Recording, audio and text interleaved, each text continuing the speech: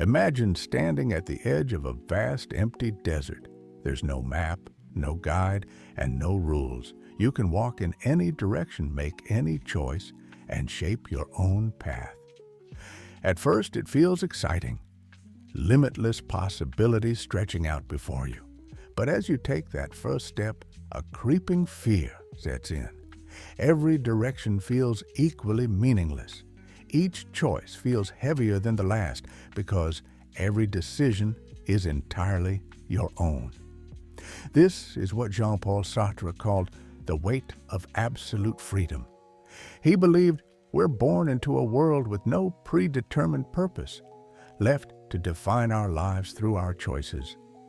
But with that freedom comes an unbearable responsibility, the knowledge that who we become is entirely on us.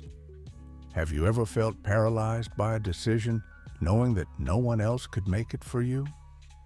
That's the paradox of freedom Sartre warned us about, and it's something we all face, whether we realize it or not.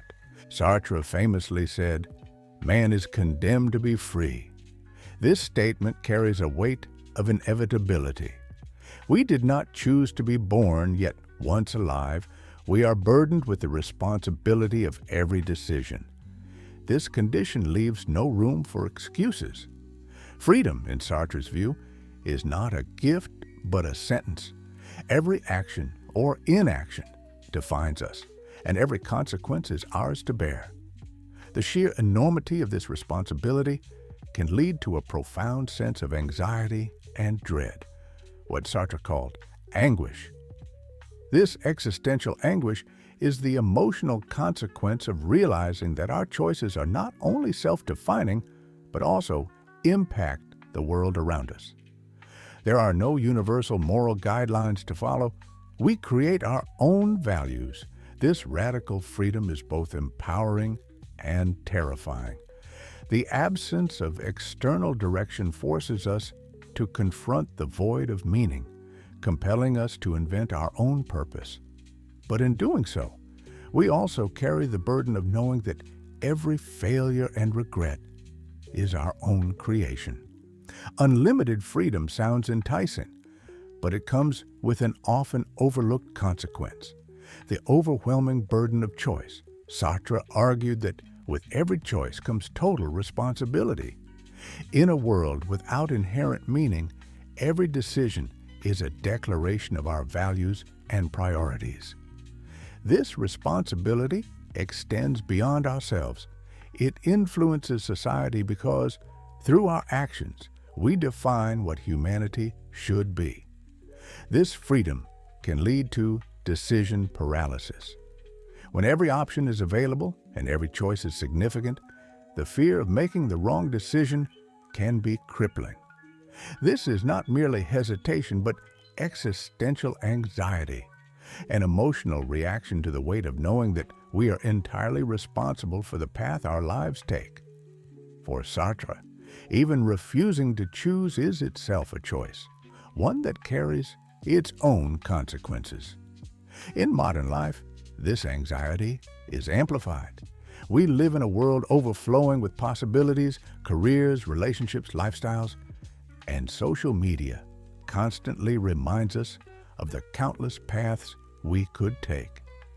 This abundance of choice can lead to constant second-guessing, regret, and a paralyzing fear of missing out. Sartre's philosophy highlights that this burden is not new but an intrinsic part of human freedom. The responsibility of choice is the price we pay for being free. Humans naturally crave security. Structure and routine provide comfort, offering clear paths and expectations.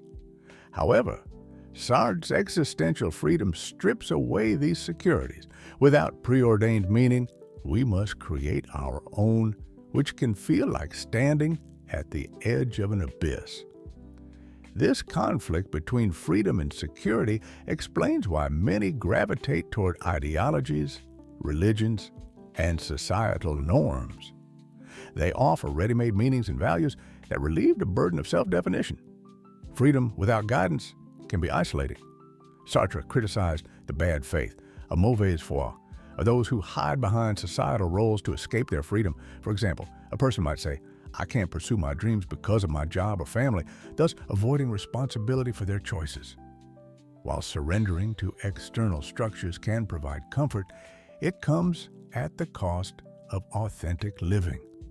Philosophers like Nietzsche echoed similar sentiments. He argued that societal idols restrict individual freedom by imposing external ideals. Yet, breaking free from these constraints isn't easy. The security they offer is deeply ingrained in our culture and personal identity. Absolute freedom demands the courage to confront this void without leaning on external systems, a daunting task for anyone. Carl Jung's concept of the shadow self adds another layer to the burden of freedom. The shadow represents the parts of ourselves we repress, desires, fears, and impulses that don't align with our conscious identity. Total freedom forces us to confront this hidden side. Without external rules to suppress these impulses, we must face them and decide what role they will play in our lives. This confrontation can be unsettling. Jung believed that ignoring the shadow leads to psychological imbalance. In the context of Sartre's freedom, this means that we are not only responsible for our actions, but also for integrating our darker, repressed traits. This self-integration is necessary for authentic freedom, but it is emotionally taxing. Facing our shadow requires admitting uncomfortable truths. It means recognizing that our worst impulses are part of us, not external forces to be blamed. The freedom to define ourselves demands we choose how to engage with these aspects, to suppress, embrace, or transform them. This internal struggle compounds the burden of external choice, making total freedom even more complex and heavy. Friedrich Nietzsche's philosophy complements Sartre's by challenging external ideals. Nietzsche famously declared, "God is dead," symbolizing the collapse of universal moral truths. He urged individuals to become Übermenschen, overmen, who create their own values. This radical self-definition parallels Sartre's existential freedom, but introduces another challenge: isolation. Rejecting societal norms leaves one without a safety net. Nietzsche warned that dismantling external ideals exposes us to nihilism, the belief that life is meaningless. This void can be liberating, but also terrifying. Without external guidance, we face the daunting task of crafting a meaningful life from nothing.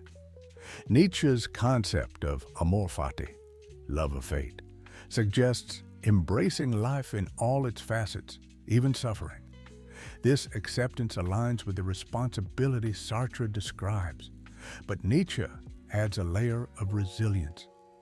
To truly be free, one must not only accept responsibility, but also affirm life as it is, without seeking escape in comforting illusions.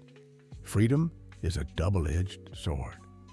Sartre, Jung, and Nietzsche reveal that while it empowers us to create meaning, it also burdens us with total responsibility.